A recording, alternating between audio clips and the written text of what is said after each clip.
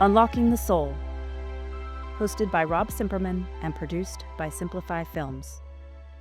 Episodes cover mature and controversial themes. Consider this when deciding whether and when to watch. 47. Ascension timing.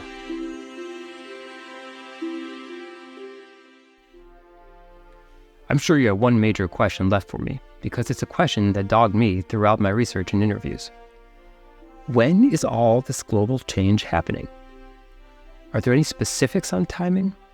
So I gathered some information on timing from each of my primary sources for this film. First, I realized that I hadn't asked the question in my interview with Maureen St. Germain, so I sent a follow-up question, and I'm glad I did, because this is fascinating. She previously described the care being taken to avoid a shock to the psyche of humans, a concerted effort to gradually transform the higher frequency civilization in our future. On specific timing, she told me, "You raised a very good question. I believe we are halfway through the process, so it means your children's children will be free from darkness. I expect to live a long life, and I expect to see it in my lifetime." And this was in response to her previously saying that it was about a 3-generation overlap for the gradual transition. She added, "Please keep in mind that the more humanity steps into their spiritual expression, the faster timelines can shift and look up. The same is true in the other side, and timelines can stretch. Remember, there really is no time, and we're living in a matrix." Next, Dr. Stone advises us that another important aspect of timing has to do with ascension events being made available to us in the modern age. Ascension events are times and locations where there is considerable help from higher beings to give humans nearing ascension a gentle nudge. For example, Ascendant Master of Iwamis reportedly stated that 4,000 to 7,000 people would ascend during the 4-day Wessic Ascension Festival of Light that occurred in a sacred spot in Tibet during the 4 days around the full moon of May 1996. He said at that event, 90% of those who ascended chose to retain their earthly bodies. He noted other mass ascension events during the 1994 to 2000 period, but he expected ascensions after 2012 would start to occur at a slower rate. Now that's consistent with a notable shift in the trajectory of the Earth's frequency that others report at that time. Here's what Diane Cooper and Tim Wilde, authors of The Archangel Guide to Enlightenment and Mastery, had to say on timing and that turning point. "We are currently living in a 20-year era of opportunity between 2012, which marked the end of the Atlantean era, and 2032, which is the beginning of the new golden age of Aquarius. Now, for the first time since the golden age of Atlantis, everyone can become an enlightened master. The help available to us is awesome. Higher energies and mighty beings are gathering to assist us. We can accept their light, and this will trigger our own enlightenment and mastery. After 2032, once we've absorbed the basics, we will raise our frequency much higher and bring in a wonderful new way of living with technology beyond our current comprehension." Next, I asked Guy Needler about his description of backfill people increasing gradually in quantity and proportion of the inhabitants of the Earth. Will they keep increasing or level off? Or will we reach an inflection point and then pop over to a new Earth? There will come a stage where the number of backfill people significantly outweigh the number of individuals who are the real human souls. And when there's around, and I'm just being told the information now, when there's around 10% of the souls, the normal souls, left, and 90% of the backfill people, that's when these other souls will be taken out. That's when the normal human soul will be pulled up to the rest. So this idea of 10% being the trigger point for mass ascension, it's the other way around. When the number of souls that's left equals 10%, that's the trigger point for them being ascended instantaneously, collectively, rather than doing it one by one, because then the Earth will be full of backfill souls. And I'm not sure what's going to happen then, but although I'm getting the feeling that there will be the word mass evacuation to reset the Earth will happen. So all those souls that are incarnated will just leave their incarnation. The bodies will just disappear, gone. There won't be any sort of dead bodies lying around. It will just disintegrate or be uncreated, so that that particular frequency of the Earth just isn't populated, basically. So it'll just return to nature. So of course, then I had to ask, when will that 90% threshold be reached? Potentially in the next 150, 200 years. There's something going to happen in 50 years' time, which will start to see us turn a corner. And therefore, there'll be more backfill people coming, and then more people will be going to the fourth frequency level. But we're talking 150, 200 years before we start to move into a new halcyon age, or what we classify as being the age of Aquarius, really, which is where we're going to become more connected. But then at some point, there'll still be some people here later, until the whole Earth is left to be its own Earth on that frequency level, because we'll be on the fourth frequency, fifth frequency, maybe even the sixth frequency by then. 150 to 200 years. Well, that is specific, but that's starting to seem like a long time. So I asked Guy about whether we lost momentum, like Dr. Stone talked about, in the earlier part of this century. His sources provide a great analysis of what to expect. We're not as far as we were.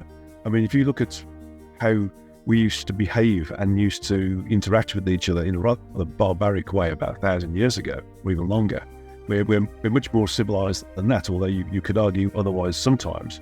We've dropped down the frequencies because basically we got complacent. We were moving up the frequencies really well at one point, around 2010, 2011, 2012, we were doing really, really well. And we was rising up the frequencies, lots of attention on spiritual progression, lots of attention on metaphysics. But there was a number of, shall we say, milestones that were being broadcast, that there was going to be a mass ascension on the 12th of the 12th, 2012. It's a rather wonderful number.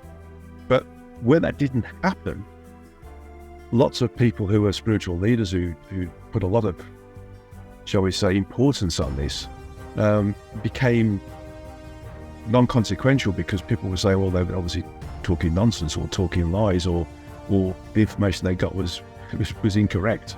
And also the people who were antagonists against, the possibility that we are something which is beyond the physical form, took stock of this and used it as an argument against spiritual existence being even a possibility, let alone existing. So we started to drop down the frequencies, and there were even spiritual individuals who started to question themselves as to whether they'd been hoodwinked, whether they'd been taken in by these concepts and these ideas. And so we started to lose this frequential progression. We leveled off and started to drop down. And that's when we started to see non-desirable things happening around the world, such as becoming more materialistically focused, becoming more warlike, becoming more selfish, simply becoming more of an animal rather than, and that's derogatory against the animals as well, by the way, rather than being more advanced. So in essence, as we drop down the frequencies, and prior to other high civilizations that we've had on Earth, where we've also been a higher frequency of drop down, we start to lose our communicative bandwidth with who and what we are. I mean, the communicative bandwidth is pretty minimal anyway. It's like trying to communicate with the world's largest and fastest supercomputer by using a Morse code and a telegraph in the 1800s in the Wild West. That's how difficult it is to communicate with what we really are. We're used to experiencing everything instantaneously, being everywhere instantaneously. But here we are super focused on a particular, hard to navigate, hard to animate location. And although we're still connected, we don't never lose the connection. The communicative bandwidth is so slow, we start to generate or create, at the start of the incarnation process, a detachment from what we are. And we start to focus on being where the sentience is, which is in the human body, and that creates the ego.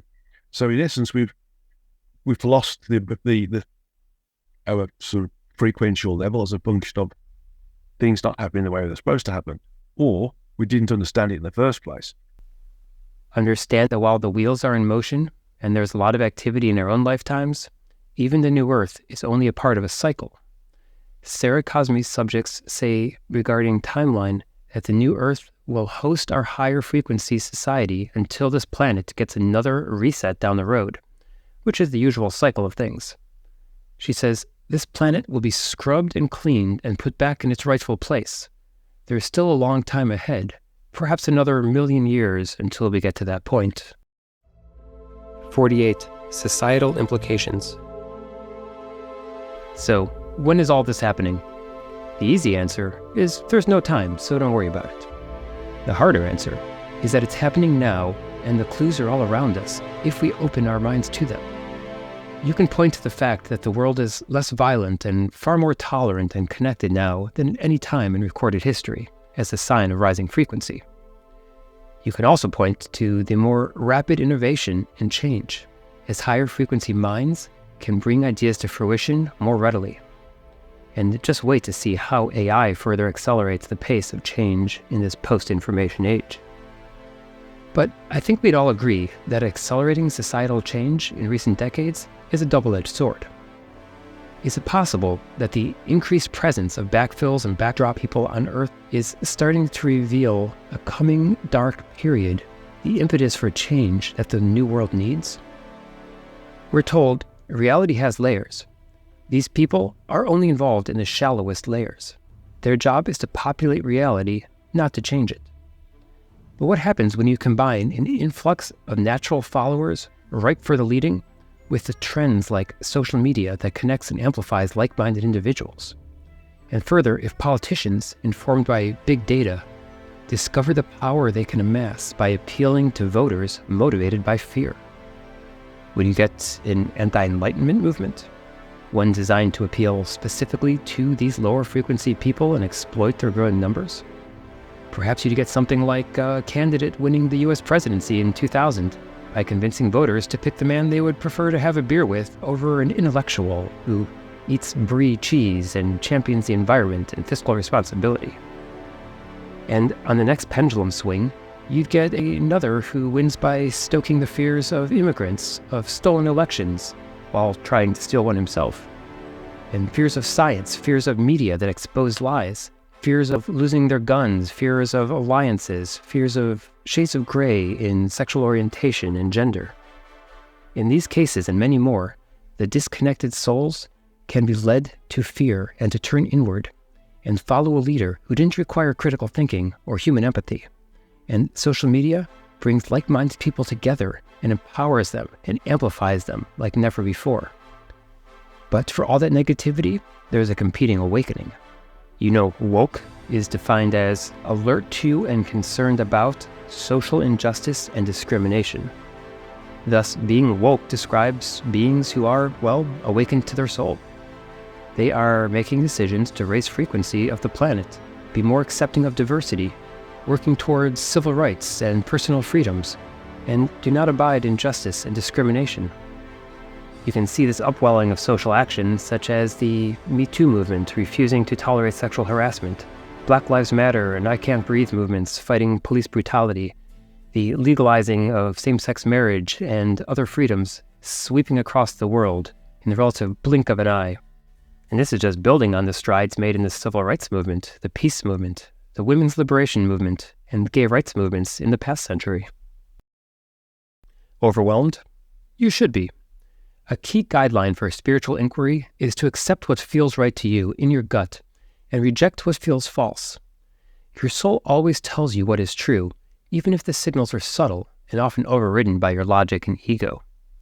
And even though we like to deal with objective facts, some of your truths may be different than my truths. Spiritualism isn't science. So where did we land?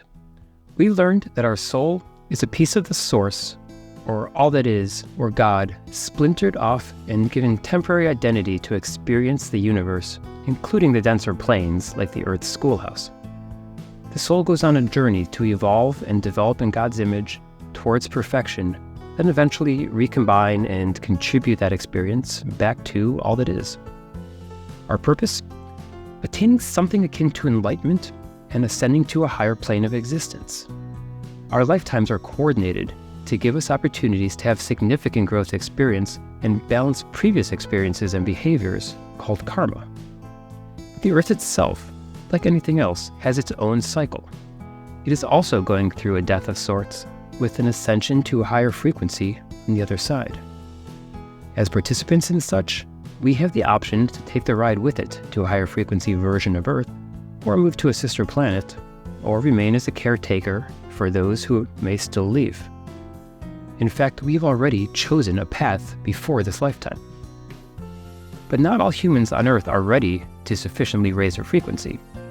There are backdrop people who may, in fact, be unawakened parts of souls, and there are backfill people who are low-frequency beings taking the place of ascendant human souls to keep society functioning for now. And we learned about forces that interfere with our ascension, as well as our health, such as beings and structures energetically attached to our various etheric bodies, as well as thought forms that result from unreleased emotions, solidified over time. But we can clear these through numerous techniques, all of which ultimately raise our frequency. So thank you, my friends, for joining me on this amazing journey. As Paul Selig tells us, this is a journey for good, and this passage will be unlike anything I believed I would encounter. But as I go, I will have the experience that is intended for me, for my soul's journey has its own requirements.